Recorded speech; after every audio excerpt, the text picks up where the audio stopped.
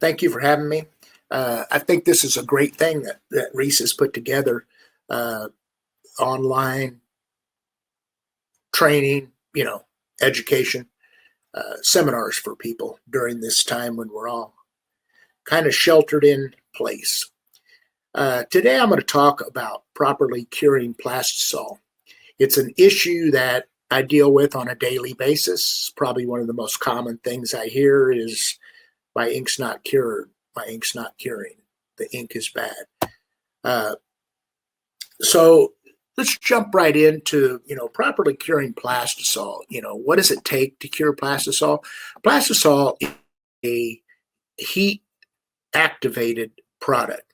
So it has to see the heat. And as you probably know, if you get it on your hands, on your shoes, on your clothes, and unless it sees that heat, it's never going to dry. You're going to track it everywhere. It's going to be everywhere, and it just doesn't dry without that heat. That's what makes it a solid piece. So you need heat. You also need time, and time's important because the heat film has to actually see that 320-degree heat for a certain time in order to penetrate all the way through the ink film down to the garment. The biggest part there is consistency, and what you want really is consistency, because there's all kinds of things that can change during the process, change on a daily basis, and we're going to go through some of those things, and so you really get a good idea that the products you're sending out to your customers are completely cured, and you're not going to have any kind of issues when they go to launder those. So some general guidelines, and most of this information is on our website. You can go on there. I recommend one thing, and I'll probably go through this several times on here, and that's that no matter what you're using, you always want to look at the technical data sheet, and you want to see the curing range. Most companies will put, and we, for instance, will always side on the side of caution, so that, we recommend a temperature that could the ink cure a little bit under that, possibly, but we're going to recommend that fusion temperature so that you get there. It's important to adjust your dryer to achieve that curing temperature, and adjust your dryer. I mean, not only just look at the temperature dial. You can't set that temperature number on there at say 320 or 330 and expect that to actually be the temperature inside that chamber. Most of those are driven by a thermocoupler, which reads the temperature in there. However, there can be many different reasons for it to fluctuate. So general guidelines for plastisol: 320 degrees, 160 centigrade, and that's the fusion temperature. The gel point, and we'll talk about flashing in a little bit, but the gel point is 150. Plastisol needs that minimum temperature of 320 for at least a minute. Most of our technical data sheets will probably say 90 seconds. 90 seconds is a little long, especially if you got a small dryer chamber. If you slow the belt down too much, you have to be concerned about scorching or whatever on light colored garments. But the 320 for the 1 minute, that allows those molecules in that plastisol to properly fuse together, almost melt together, if you can imagine that, as well as bond to the fabric. So you're trying to not only cure the ink film so the film itself is hard, but you're also trying to cure that ink film and have it grab onto those little threads and fabrics, so that it is permanently attached to the garment. So, there's different ink guidelines, and that's why I say check your technical data sheet. There are some inks that require even a little bit higher temperature, 320, 5, 330. It just, depending on whose ink it is, and not necessarily that there's a lot of different raw materials or formulations, but different, the different thickness of the ink, the different application, garment, all stuff is going to play into the cure. And so Plastisol ink needs to cure at that minimum temperature. So, when I said about your dial not being, you really can't look at that 330 or 350 or whatever it is on that dial and expect that temperature to be accurate completely through that heat tunnel. There's variations. Obviously, the entrance and the exit of the heat tunnel are going to be a little different temperature than what the center of the unit is, and then it depends on whether it's a gas dryer, electrical panel dryer, a bulb dryer. All those things are going to play into effect in where the temperature is at what point in that dryer. Obviously, between heat panels, in most electrical dryers that have heat panels, the thermocoupler is in between the heat panels trying to register the temperature between the two, or the general temperature in there. But it could vary greatly in a 12-inch span. So the best way to really tell if your dryer is, at the proper temperature and curing the Plastisol that you're running through there is to actually do dryer testing. And you should do dryer testing fairly regular. Ideally every day, but I know that with production rates and stuff like that, some of that stuff is just, not feasible to do on a daily basis. But the best and most accurate curing testing device is the donut probe. Donut probe, they're about $300, somewhere in that range.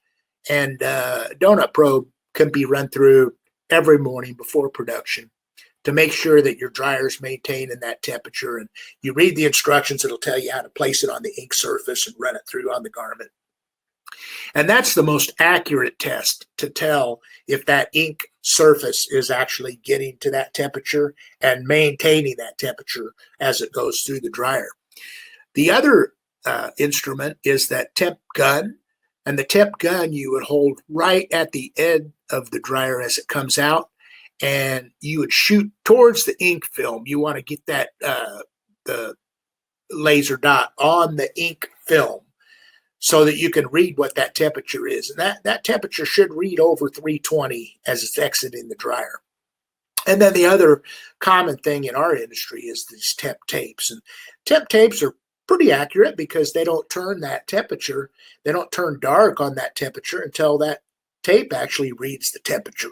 So while they're probably not as accurate as a donut probe, the temp tapes and the temp gun are both less expensive alternatives to being at your dryer. And once again, you should check it regularly. Electric panel dryers tend to drop off of performance. The panel itself will drop off of performance over time. Electrical switches and the electrical entrance to the amount of electricity and stuff that you get in there could vary from day to day, from depending on how much stuff's running in your plant. And then you have the humidity and the temperature that's actually in the room, which is coming in both at the exit side and the entrance side. And that's going to affect what the temperature is that's actually in the chamber. So general testing, you want to, the best test to see if your Plastisol is cured is actually doing a wash test. Not too many people have the capabilities to do that. Some of the bigger manufacturing plants have washer and dryer capabilities, and they do test stuff, especially on a large run. But, if you have time in your shop to take one home at night, throw it through the washer and dryer, that's the best test. There's no test that is ever going to change what happens during the laundering process. The most popular test is to stretch the print. See if you can stretch the garment to the total stretch of the t-shirt. And if the print cracks badly, it's not cured, and it won't react to the fabric when it's released. If the ink isn't cured and it cracks like that, you can run it back through the dryer. When we get a shirt in where somebody says the ink's bad, the ink cracked, we're having an issue, and the first test we do when we feel like it's probably undercured is we run it through our dryer, and even a day or two later, it will still remelt and cure, running it back through the dryer. So that's something that you can do. But the cracking test, you want to wait till the ink film is cold. Don't grab it right out of the dryer when it's hot and pull it, because it'll still be, flexible, stretchy, and it probably will crack. But you want to wait till it cools off out of the dryer, pull the garment. If it cracks, it's probably not cured. You can run it back through the dryer again and try it again. So, what happens when it's undercured? Well, the first thing that happens is that it starts cracking. It's funny because now one of the popular things that's out there is the cracking inks that look like they're coming off the garment. And I always tell people that you don't need to buy the special ink, just don't cure it. And that's just a little humor. But cracking is going to be the first obvious sign. But the other sign is that when the end user gets it and they put it through the first laundering cycle, parts of the ink are going to come off, not all of it, just places where it didn't get cured all the way through. And then crocking. And crocking is where if you were to take a piece of fabric and wipe it on top of that ink 10, 15 times and the color comes off, then that's crocking. So what's happened is that the pigment that's actually in that ink is settled to the top and it's not cured all the way through. And then there's a possibility of transfer to other garments. When Plastisol is not cured, I mentioned that you can track it all over. But if it's not cured and you start stacking the garments at the end of the dryer, there's a real good chance that Plastisol could stick to the garment that it's laying on top of. So properly flashing Plastisol, when you're talking about curing Plastisol, you're talking about a final cure. You're talking about molecules to all melt together, bond to that garment, and have a permanent fixture so that shirt can be laundered 25 times and withstand that and still be good, still look good, still perform well. When you're flashing the Plastisol, and flashing can have an effect on the cure, you're only trying to gel the ink. You only want that ink to be dry enough to be able to print a second color on it. If you're printing wet on wet, you don't need to flash. You don't have to worry about flashing. If you're flashing it to print another color on top of it or another color right next to it, and you don't want any kind of pickup on the other screen, then you just need to gel the ink. So you're trying to keep it at 150 to 160. And a lot of time the shops and their flash dryers are way too hot. They're flashing it too hot. They're actually over gelling and possibly curing. And does that have an effect on the cure? Yes, it can. It can have an effect when you go to print that second or third color on top of it. It can cause it to not melt back together, because if the ink's already cured, when it hits into that conveyor dryer, the surface ink can't get down and melt into the other ink. In some cases, if the bottom ink can re-wet or melt back into liquid form, then you don't have a problem. But if it's already solid enough that it's not going to melt back, then you will get that where when you pull it out, the white stays on and everything looks properly cured because it's not cracking, but the colors are washing off. So in other words, if you had a red on top of the white, the red's coming off. You got splotches of where ink's coming off, and you just have white ink. So that proper gel time when you're flashing a Plastisol does affect the cure, and it is important. It's kind of a common thing for the press operator to, when the ink comes out, to touch it, and if it's tacky, the first thing they think is more heat, and it's usually just the opposite. It's usually less heat. It's tacky because the Plastisol holds the heat and still becomes, sticky and tacky. So really watch your temperatures. If you're running around, your platins are 180, 200 degrees, you're going to have issues all the way around in your printing process, because that's telling you that you're over flashing quite a bit. And that's a pretty common problem. But you just want to watch to gel the ink, and you're just trying to keep that 150. So once again, check the PDS of whatever ink you're using. I've got a lot of shops that are using low cure inks that cure at 270 to 290 degrees, and they're still running them at 320.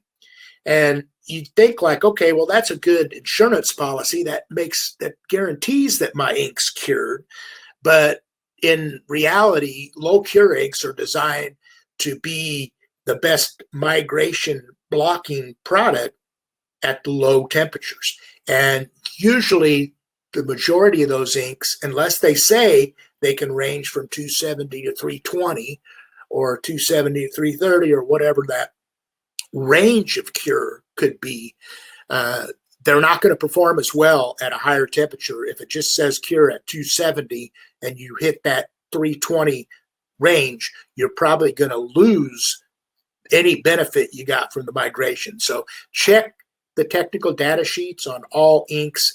It must be, they must be cured at the time that it's recommended by the manufacturer. The other thing about that is if you're running low cure inks, you can't just put a low cure and then print the other inks on top of it and expect them to cure at 270.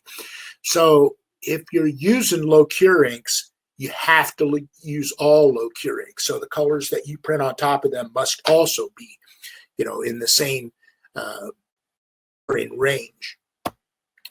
And then, the question I get a lot is that, my gallon of Plastisol is bad. It's not curing. And, Plastisol shelf life, if you want to look at, some frequently asked questions are, does Plastisol go bad? In reality, there's not a lot in Plastisol that can go bad. If Plastisol goes bad, it usually was done in the factory and there was a mistake made by the formulation or what was put into it. But once it leaves the factory, if it's already good and not bad in the bucket, the chances of it going bad are pretty slim. Once again, it doesn't dry, it doesn't cure unless it sees the heat, and there's only a few components in it that really can't go bad. What causes Plastisol not to cure? It's usually a lack of heat or time. Can additives affect the cure? Absolutely they can. Plastisols are designed to be printed directly out of the bucket. In most cases, they can be thinned down a little bit. They can be based out a little bit. Watch very closely the additives that you put in it. I'm not a fan of any type of thinners or additives because it doesn't take much to break down the actual chemistry of Plastisol. So you're better off to go with the softer bases, soft hand base, soft hand additive, some of those things that would extend the ink and drop the viscosity down and allow it to be more printable, yet not really, those are curable products, so not really affect the actual makeup or chemistry of the ink. There is a curable reducer that's out there, but once again, that product, even though it is curable, because of its oil and the consistency of it, it still can affect the general chemistry and makeup of the ink. How often do I check my dryer? Well, you should check your dryer pretty frequently. And I say, on a daily basis, but it depends on a lot of people will run a garment through right before a big job, and they'll check the temperature and they'll run it and everything looks good. Ink's cured. The numbers are right where you want to see them.